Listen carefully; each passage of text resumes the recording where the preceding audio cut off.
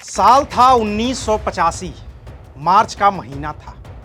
तब उत्तर प्रदेश में विधानसभा के चुनाव थे। प्रदेश की कुल 425 विधानसभा सीटों में से गोरखपुर की एक सीट चिल्लू पार पर पूरे प्रदेश की नजरें टिकी थी, क्योंकि वहां से एक ऐसा शख्स चुनाव लड़ रहा था जो जेल में बंद था। उस पर हत्या की साजिश, किडनैपिंग, लूट और रंगदारी जैसे कई गंभीर मुकदमे दर्ज थे। वो महाराजगंज से 1984 का लोकसभा चुनाव लड़कर हार चुका था और राष्ट्रीय सुरक्षा कानून यानी कि रासुका के तहत जेल में बंद था। जब नतीजे आए तो पता चला कि 52 साल के उस शख्स ने गोरखपुर में कांग्रेस के कद्दावर उम्मीदवार मार्कंडेय चंद को करीब 22,000 वोटों से मात दे दी थी। उस शख्स का नाम था हरिशंकर तिवारी, जिसके लिए उत्तर प्रदेश में पहली बार माफिया जैसे शब्द का इस्तेमाल किया गया था, जिसके लिए पहली बार उत्तर प्रदेश में गैंगस्टर एक्ट लाया गया था और जिसने भारतीय राजनीति के इतिहास में पहली बार जेल में रहते हुए चुनाव जीतने का रिकॉर्ड बनाया था। नमस्कार, मैं हूं अविनाश और आप देख रहे हैं अनकट। आज कहानी हरिशंकर तिवारी की, जिन्होंने चिल्लू पार से विधायक बनकर अपराध और राजनीति का ऐसा कॉकटेल तैयार किया कि उसकी कोई दूसरी मिसाल खोजे भी नहीं।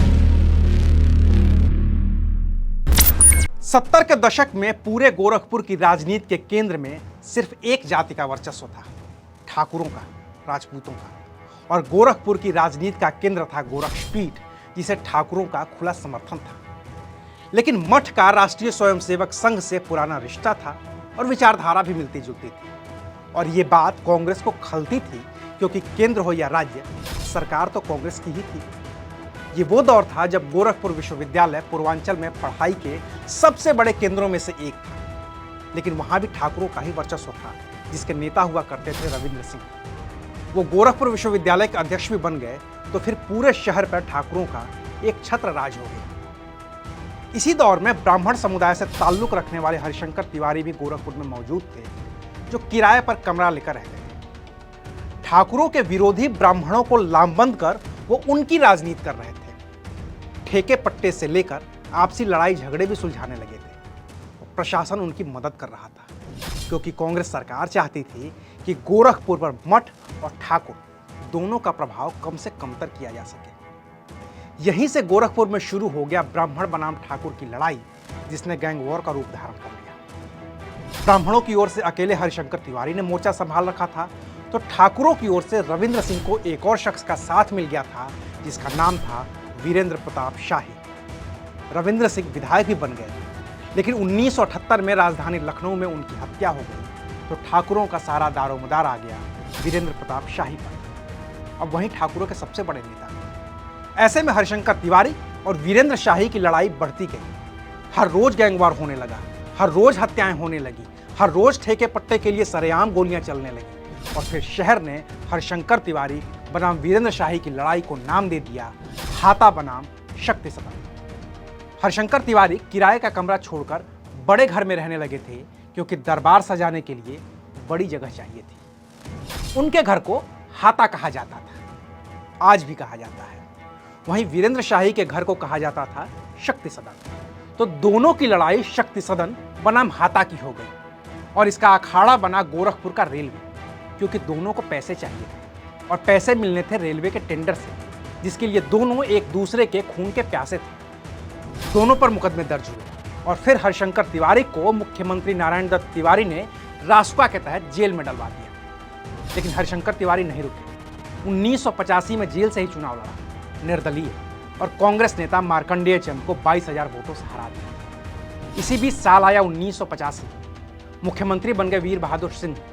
रहने वाले इसी गोरखपुर के थे, तो सब जानते थे और सबको जानते थे। लिहाजा सख्ती शुरू की, अलग से गैंगस्टर एक्ट लेकर आए और हरिशंकर तिवारी पर भी लगा दिया। लेकिन हरिशंकर तिवारी अब विधायक थे, माननीय विधायक। तो उन्होंने पहला चुनाव जीतने के बाद कभी पीछे मुड़कर नहीं देखा।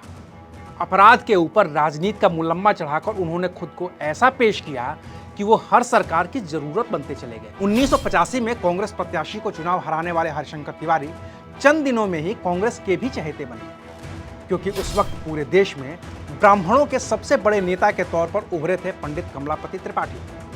हरिशंकर तिवारी ने गोरखपुर के बढ़लगंज में ब्राह्मणों का एक कार्यक्रम आयोजित करवाया और उसमें पंडित कमलापति त्रिपाठी को भी आमंत्रित किया।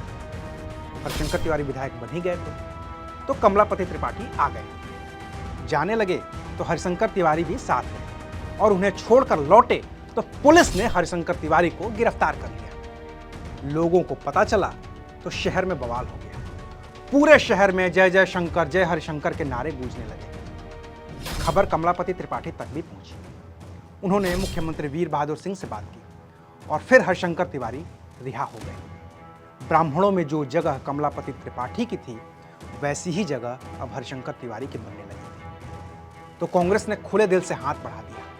1989 में टिकट दे दिया विधानसभा का। वो फिर जीते और इतना जीते कि लगातार 2007 तक चिल्लू पार से विधायक बनते ही रहे। इंदिरा गांधी वाली कांग्रेस से भी, नारायण दत्त तिवारी वाली कांग्रेस से भी और अपनी बनाई अखिल भारतीय लोकतांत्रिक कांग्रेस में। इस बीच कई सरकारें आईं और गईं और तकरीबन हर सरकार में वो मंत्री बनते रहे। चाहे वो सरकार कल्याण सिंह की हो, चाहे रामप्रकाश गुप्ता की हो, चाहे राजनाथ सिंह की हो, चाहे मुलायम सिंह यादव की हो और चाहे मायावती की। बीजेपी से लेकर सपा और बसपा, हर पार्टी की जरूरत बन गए थे हरिशंकर तिवारी। उनके इसी राजनीतिक रसूख ने उन्हें अपराधियों का भी चहेता बना दिया था और दुश्मन भी। ऐसा ही एक दुश्मन था श्री प्रकाश शुक्ला, जो चिल्लू पार के ही मामखोर गांव का रहने वाला था। वो श्री प्रकाश शुक्ला जिसने हरिशंकर तिवारी के सबसे बड़े दुश्मन वीरेंद्र प्रताप शाही की राजधानी लखनऊ में सरेआम AK-47 से गोलियां मारकर हत्या कर दी थी। 1997 में हुई इस हत्या के पीछे कहा गया था कि हाथ तो हरिशंकर तिवारी का ही है, लेकिन तब श्री प्रकाश शुक्ला ने हरिशंकर तिवारी को भी मारने की कसम खा ली, क्योंकि वो भी विधायक बनना चाहता था और उसे चिल्लू पार से विधायक बनना चाहता था, जहां के निर्विवाद नेता हरिशंकर तिवारी थे। श्री प्रकाश शुक्ला के कहे में दम भी था, क्योंकि उसने वीरेंद्र शाही जैसे कद्दावर की हत्या की। बिहार सरकार में मंत्री रहे बृज बिहारी प्रसाद की भी हत्या की थी, तो वो हरिशंकर तिवारी की भी हत्या कर सकता था। इसी बीच ये भी खबर आई कि श्री प्रकाश शुक्ला ने मुख्यमंत्री कल्याण सिंह को भी मारने की सुपारी ले ली है। फिर तो यूपी पुलिस ने स्पेशल टास्क फोर्स बनाई, STF। श्री प्रकाश शुक्ला का घेराव किया और 22 सितंबर 1998 को गाजियाबाद में उसका एनकाउंटर कर दिया गया। पूर्वांचल का उभरता सबसे खूंखार अपराधी पुलिस के हाथ मारा गया तो सबने चैन की सांस ली, खुद हरिशंकर तिवारी ने भी, क्योंकि श्री प्रकाश शुक्ला ने 1993 में जब पहली हत्या की थी तो उसे प्रश्रय हरिशंकर तिवारी ने ही दिया था और बैंकॉक भागने में उसकी मदद भी की। लेकिन वापसी के बाद शुक्ला को हरिशंकर तिवारी की सीट चाहिए थी और इसके लिए वो उनके खून का प्यासा बन गया। हरिशंकर तिवारी ने 2007 के बाद कोई चुनाव नहीं जीता। वो नेपथ्य में चले गए। राजनीतिक विरासत उनके बेटों ने संभाली। एक बेटा सांसद बना, दूसरा विधायक। परिवार के और भी लोग राजनीति में। हरिशंकर तिवारी अब नहीं है। 16 मई 2023 को उनका निधन हो गया है। लेकिन राजनीति के अपराधीकरण और अपराध के राजनीतिकरण के लिए उन्हें हमेशा याद किया जाता रहेगा, क्योंकि पूर्वांचल के चाहे जितने भी माफिया हों, जीवित या मृत, उनके होने की वजह हरिशंकर तिवारी ही थे। 1993 में पहली हत्या के बाद अगर हरिशंकर तिवारी ने श्री प्रकाश शुक्ला को बचाया न होता तो वो एक हत्या के बाद ही पकड़ा जाता। लेकिन उसने इतनी हत्याएं की कि गिनती ही नहीं, और आखिरकार 1998 में वो मारा गया। मधुमिता शुक्ला हत्याकांड के दोषी बाहुबली अमरमणि त्रिपाठी भी हरिशंकर तिवारी के हाथे से ही निकले हैं, जिन्होंने हरिशंकर तिवारी के धुर विरोधी वीरेंद्र शाही को महाराजगंज की लक्ष्मीपुर सीट, जो अब नौतनवा है, उससे 1989 के विधानसभा चुनाव में ऐसी मात दी कि वीरेंद्र शाही को राजनीति से संन्यास लेना पड़ा और फिर 1997 में उनकी हत्या ही हो गई। अभी के माफिया चाहे ब्रजेश सिंह हो या फिर मुख्तार अंसारी, इनको बनाने में भी हरिशंकर तिवारी की ही भूमिका रही है। वो कैसे, तो संक्षेप में उसे भी बता ही देता हूं। दरअसल हरिशंकर तिवारी के दो शार्प शूटर हुआ करते थे, लेकिन दोनों ही ठाकुर बिरादरी से थे। नाम था साहेब सिंह और मटनू सिंह। वक्त के साथ दोनों अलग हो गए और दोनों में दुश्मनी भी हो गई, क्योंकि साहेब सिंह के एक नजदीकी त्रिभुवन सिंह के बड़े पिता की जमीन पर मटनू सिंह ने अपना कब्जा कर लिया। साहेब सिंह ने इसका विरोध किया तो मटनू सिंह ने साहेब सिंह के खास रहे त्रिभुवन सिंह के 3 भाइयों और उनके पिता की हत्या कर दी। मुख्तार अंसारी के अपराध की शुरुआत इसी मटनू गैंग से हुई। वहीं ब्रजेश सिंह ने अपराध की शुरुआत साहेब सिंह गैंग से मिलकर की थी। लेकिन एक दिन गाजीपुर में ही मटनू सिंह की सरेआम हत्या कर दी गई। इल्जाम लगा साहेब सिंह पर। और फिर मटनू सिंह के भाई साधु सिंह ने गैंग की कमान संभालकर ऐलान किया कि वो अपने भाई की हत्या का बदला लेगा। लेकिन 1999 में उसकी भी हत्या हो गई और तब उस गैंग की कमान संभाली मुख्तार अंसारी ने, जो आज यूपी पुलिस के दस्तावेज में IS 191 गैंग है। वहीं मुख्तार अंसारी के गैंग संभालने के बाद साहेब सिंह की भी हत्या हो गई और तब उस गैंग की कमान संभाली ब्रजेश सिंह। और उसके बाद ब्रजेश सिंह मुख्तार अंसारी की अदावत में कैसे पूर्वांचल गोलियों से दहलता रहा और कैसे इन दोनों के भी अपराध में राजनीति के कॉकटेल को मिलाकर पूरे पूर्वांचल की राजनीति का अपराधीकरण कर दिया, उसकी कहानी फिर करेंगे। आज के लिए बस इतना ही, फिर मिलेंगे नई खबर के साथ। देखते रहिए अनकट। शुक्रिया।